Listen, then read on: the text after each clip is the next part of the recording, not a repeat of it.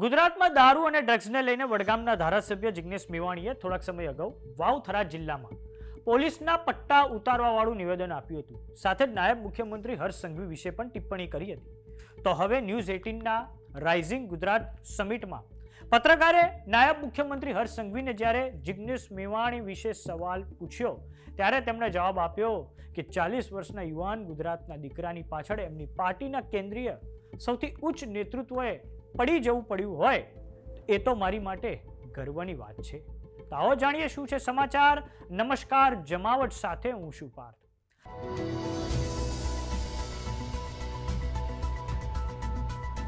નાયબ મુખ્યમંત્રી હર્ષ સંઘવી કે જેઓ વિપક્ષના ગુજરાતમાં દારૂ અને ડ્રગ્સના મુદ્દે સતત નિશાના પર છે.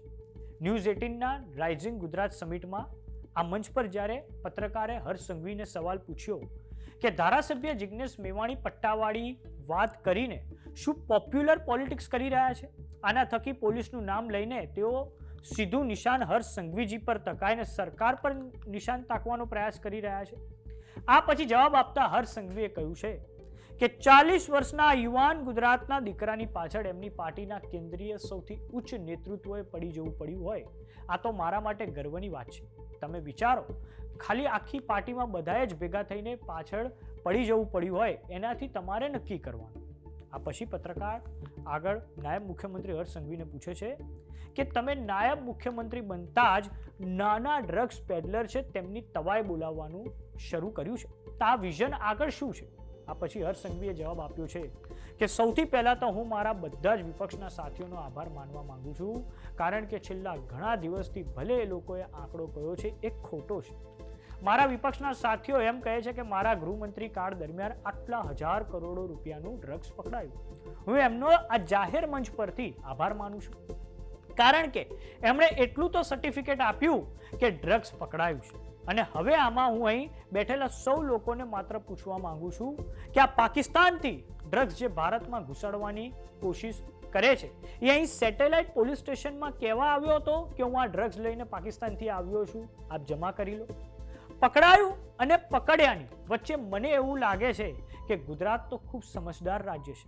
મારા ત્યાં નાના નાના બાળકોને પૂછશો તો પણ ખબર પડી જશે કે પકડાયું અને પકડ્યાની વચ્ચેનું અંતર શું છે. ભારત પાકિસ્તાનની સીમાઓ ઉપર સમુદ્રની તેજ લહેરો વચ્ચે રાત દિવસ જાગીને, ચાહે તડકો હોય કે પછી ભારે વરસાદ હોય, આ એટીએસ અને ગુજરાત પોલીસની ટીમે ગોળીઓનો સામનો કરીને આ ડ્રગ્સ પકડ્યું છે. અને ત્યારે પકડાય છે, આ ડ્રગ્સ એમને નથી પકડાતું. જે સવાલ પૂછે છે એમને જવાબ આપવા માંગુ છું કે આ ડ્રગ્સ જે ગુજરાત પોલીસે 56ની છાતીથી પકડ્યું છે માત્ર ગુજરાતની ધરતી પરથી નહીં સાહેબ, બંગાળના પોર્ટ પરથી અને પંજાબની જેલમાંથી ચાલતા નેટવર્કનો પર્દાફાશ કરનાર બીજું કોઈ નહીં, આપણી ગુજરાત પોલીસ છે. નાયબ મુખ્યમંત્રી હર્ષ સંઘવી આગળ જવાબ આપતા કહે છે કે આનું બીજું સર્ટિફિકેટ આપવા બદલ પણ હું વિપક્ષનો આભાર માનું છું. અહીં જે સમજદાર છે તે સમજી જશે. એક જણ ખૂબ મોટા અવાજથી એમ કહે છે કે ડ્રગ્સનું નેટવર્ક કેવું ચાલે છે, વિચારો. હું પણ વિચારતો થઈ ગયો, કંઈક હશે, કંઈક તો લાવશે. પછી આ મહામહિમ અને ડિગ્રીઓ પ્રાપ્ત કરેલા લોકોએ શું કહ્યું એ જોવા જેવું છે. રાજ્યના ઉપમુખ્યમંત્રી જોડે જેનો ફોટો છે એ પણ ડ્રગ્સ કારોબારમાં પકડાયો. તો આ સર્ટિફિકેટ આપવા બદલ હું આભાર માનું છું. તમે કલ્પના કરો કે મારી જોડે કોઈકનો ફોટો હોય અને એ જો ડ્રગ્સ વેચતો હતો ને ખબર પડી તો પોલીસે એને ના છોડ્યો અને આજ સુધી જામીન નથી થયા. એનાથી વધારે સર્ટિફિકેટની શું જરૂર છે? આમ ન્યૂઝ 18ના રાઇઝિંગ ગુજરાત સમિટમાં હર્ષ સંઘવીએ આડકતરી રીતે વડગામના ધારાસભ્ય જિગ્નેશ મેવાણી પર દારૂ અને ડ્રગ્સના મુદ્દે તેમણે પલટવાર કર્યો છે.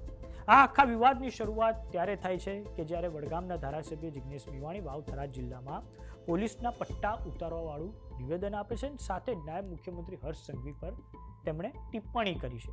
અને આ પછી કોંગ્રેસ જન આક્રોશ યાત્રા થકી ડ્રગ્સ અને દારૂના મુદ્દાને ખૂબ મોટો બનાવવાનો પ્રયાસ કરે છે. નાયબ મુખ્યમંત્રી હર્ષ સંઘવીએ આ અગાઉ પણ જિગ્નેશ મેવાણીને જવાબ આપ્યો હતો તેમનું નામ લીધા વગર કે કેટલાક લોકો પાસે ડિગ્રીઓ ખૂબ મોટી સંખ્યામાં હોય છે પરંતુ સંસ્કાર નથી હોતા. અને આ પછી ગોપાલ ઇટાલિયા પણ આ સમગ્ર વિવાદમાં કૂદી પડે છે અને તે પછી તો લોકસભાના વિરોધ પક્ષના નેતા રાહુલ ગાંધીનું પણ નિવેદન સામે આવે છે ને, જેમાં તેઓ ગુજરાતમાં જે કાયદો વ્યવસ્થાની સ્થિતિ છે, ગુજરાતમાં જે ડ્રગ્સનું મળી રહ્યું છે ગેરકાયદેસર દારૂ અને ડ્રગ્સ, તેને લઈને તેઓ ટિપ્પણી કરે છે અને આ પછી ગુજરાત સરકારમાં મંત્રી એવા વિવાબા જાડેજા જવાબ આપે છે. આમ ગુજરાતના રાજકારણમાં હાલમાં તો દારૂ અને ડ્રગ્સને લઈને મુદ્દો જે છે એ બરાબર ગરમાયેલો છે. તો હર્ષ સંઘવીના જવાબને લઈને આપનું શું માનવું છે અમને કોમેન્ટ બોક્સમાં લખીને જરૂર જણાવો. જો તમે અમને યુટ્યુબ પર જોઈ રહ્યા તો સબસ્ક્રાઇબ કરો, જો તમે અમને ઇન્સ્ટાગ્રામ અને ફેસબુક પર જોઈ રહ્યા તો ફોલો કરો. સાથે જ અમારી વોટ્સઅપ ચેનલ આવી ગઈ છે, જોઈન કરવાનું ના ભૂલતા. નમસ્કાર.